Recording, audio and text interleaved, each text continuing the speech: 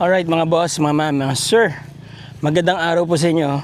Magandang umaga, magandang tanghali, magandang gabi. Actually, na-i-vlog ko na to before. Re-vlog ko lang po uli ngayon. Dalawang lote ito mga boss ha. Ito, tsaka ito. Yan yung kalsada. Yun, pag ganun. Palabas yan ng National Highway about 7 to 8 minutes from here. May mountain view.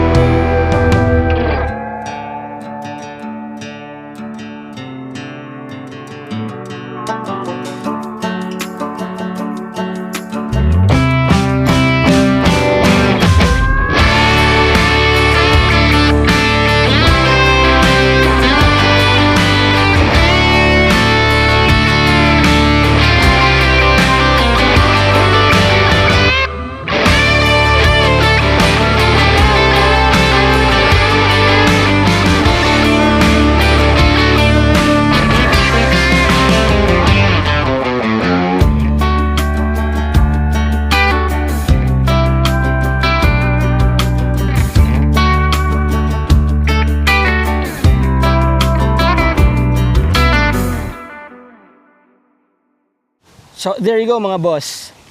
Yung nakikita nyo pong kalsada sa drone shots natin, ito po yan. Yan, palabas po yan ng Botolan National Highway.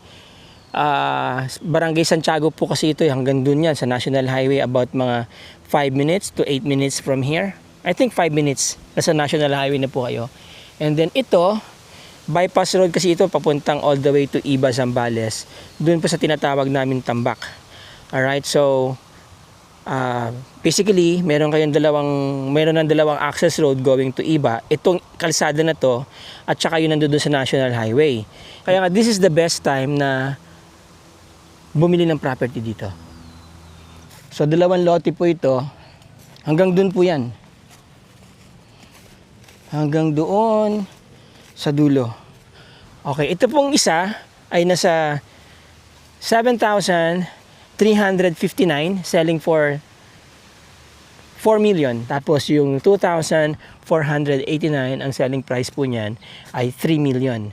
So 4 million, 3 million, 'di ba? Kaya pwede niyo pong bilhin ito lang, pwede niyo naman bilhin yun lang, yung kabila, no? Okay, magkaiba po may-ari niyan pero pareho pong titulado. Alright? Yung mga interesado po dyan sa property, again, ang property is about 4 hours to 5 hours drive from Metro Manila. About 10 minutes drive to downtown Botolan. About 12 to 15 minutes drive to Iba. Bypass road na po yung harap ninyo kapag natapos na yung tulay dyan, diretso na kayo sa Iba. Ano? About 5 minutes to the National Highway. Okay? Maganda yung lugar.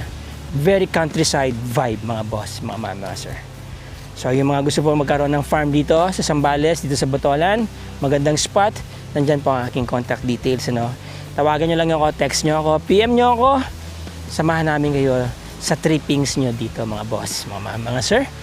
Maraming salamat sa inyo. Till the next video. Ciao.